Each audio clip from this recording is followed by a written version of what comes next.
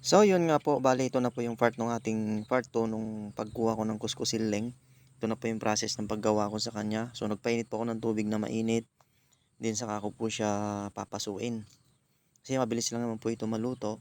Kaya ang ginawa ko po, pinasok ko muna yung unang salang nung aking kaldero at nagpainit pa po ko ulit ng isa. So bali, pinainit ko po na siya ng hanggang 3 minutes habang nagpainit pa ulit ng pang isang kaldero na tubig. Tinakpan ko muna pansamantala. So ayan, hintay lang po natin pagkulo ng isa. And then pagkatapos po, ayan na po, nilagay ko na yung sa pangalawang kulo ng kaldero. Pagkulo ng tubig yan, nilagay ko na po ng buo ulit sa pangalawang pasok nung kuhol na yan, kuskusileng sa Ilocano. And then saka ko po siya binabad na mga hanggang 5 minutes ulit para ma-sure po na maluto siya agad-agad. And then yan na po yung good process niya. Nahugasan ko na po siya. So, malinis na. Then meron po tayong kalamansi, sibuyas, luya at sili. Pinaghalo-halo ko na po sila. At parang kilawin ang gagawin po natin. At meron po tayong pampasarap na yung hindi mawawala is yung part ng bagoong. Yan, sarap po niyan. So yun, nalpasin na po. Dahil ko yan yung ingredients nga pa. Hinalaktat tayo nga kuskusilag na kuna dali Ilocano. Nahimasa ito yan po. Mangantayo po. Ipagbuong na. Ay. Awin na po nga nga nakapangantigas to. Tsamba lang nga datigal ala di. Minsan nakita ko pagalalan datat tayo magsinuplat ko. So mangantayo. Talmud lang yung ubod na ito. Himas George.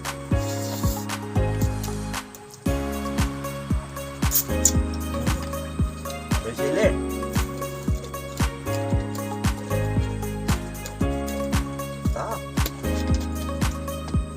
Himas. Sarap po nito mga pagkain probinsya. Hindi mo lang konti yung pwede dito. Sarap. May kanin.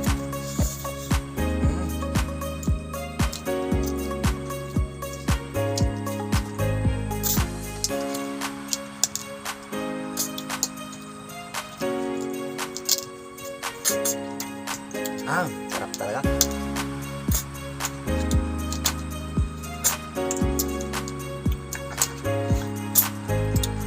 The best.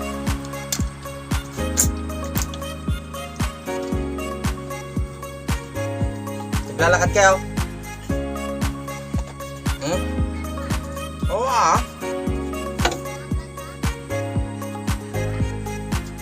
Oo.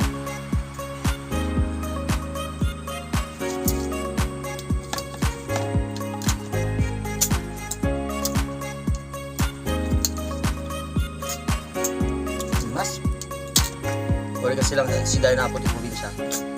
Naliliti na imas nga kanon. Ligdag, bisokol, kanda ito ay kuskusilay.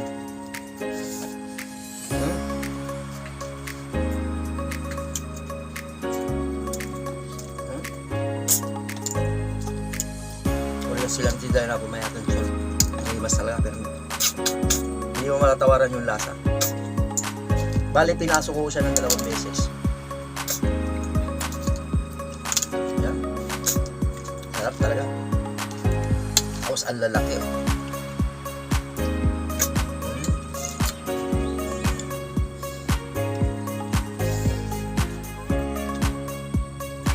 Ito po yung ulam na palos. Talaga mo busog. Yeah. Sip-sip ka ng sip-sip.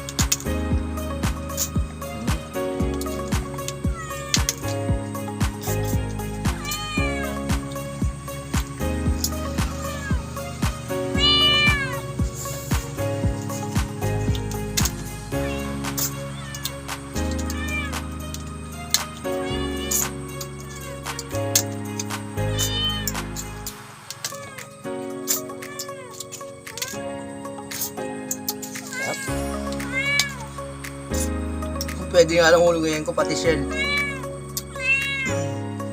Mahal po ito pag binenta. Takal-takal lang. Kasi medyo mahirap po manguha.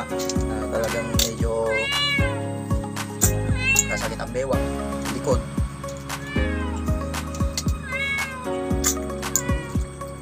Enjoy.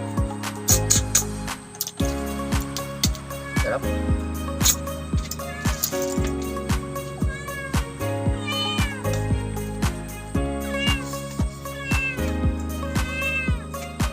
Maingay po yung pusa ko. Wala akong may. Hindi naman maulam to. Bigyan ko na ng konting kanin.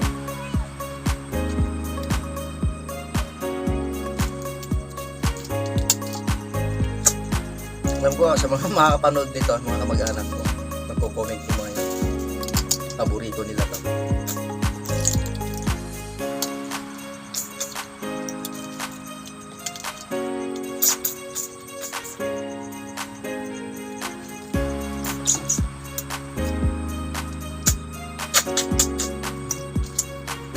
Sarap.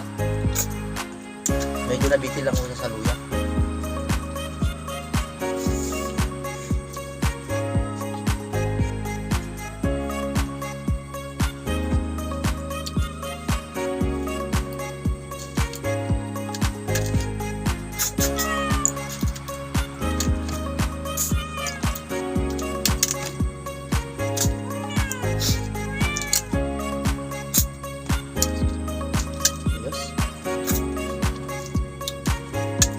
Sarap.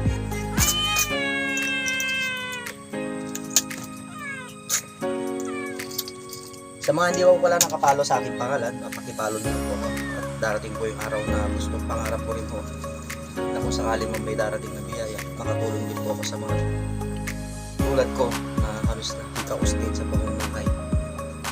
Marami akong gustong tulungan ko sa aking darating yung araw ko. Sa ngayon, tulong ko muna. Galang mo. Sarap. Nag-imas talaga kapsat ko. Sabaw lang eh. Oh! Nag-imas ni Kuana. Kalamansi.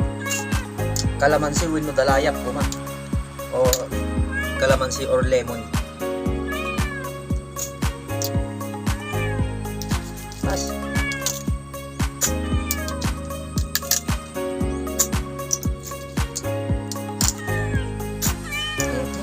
The best talaga.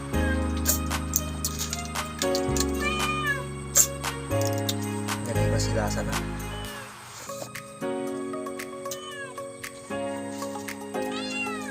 Natalamang hanap, permem.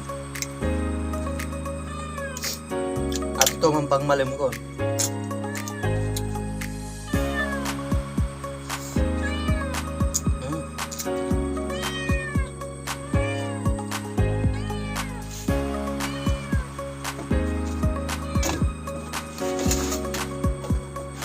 Ingay mo muna eh.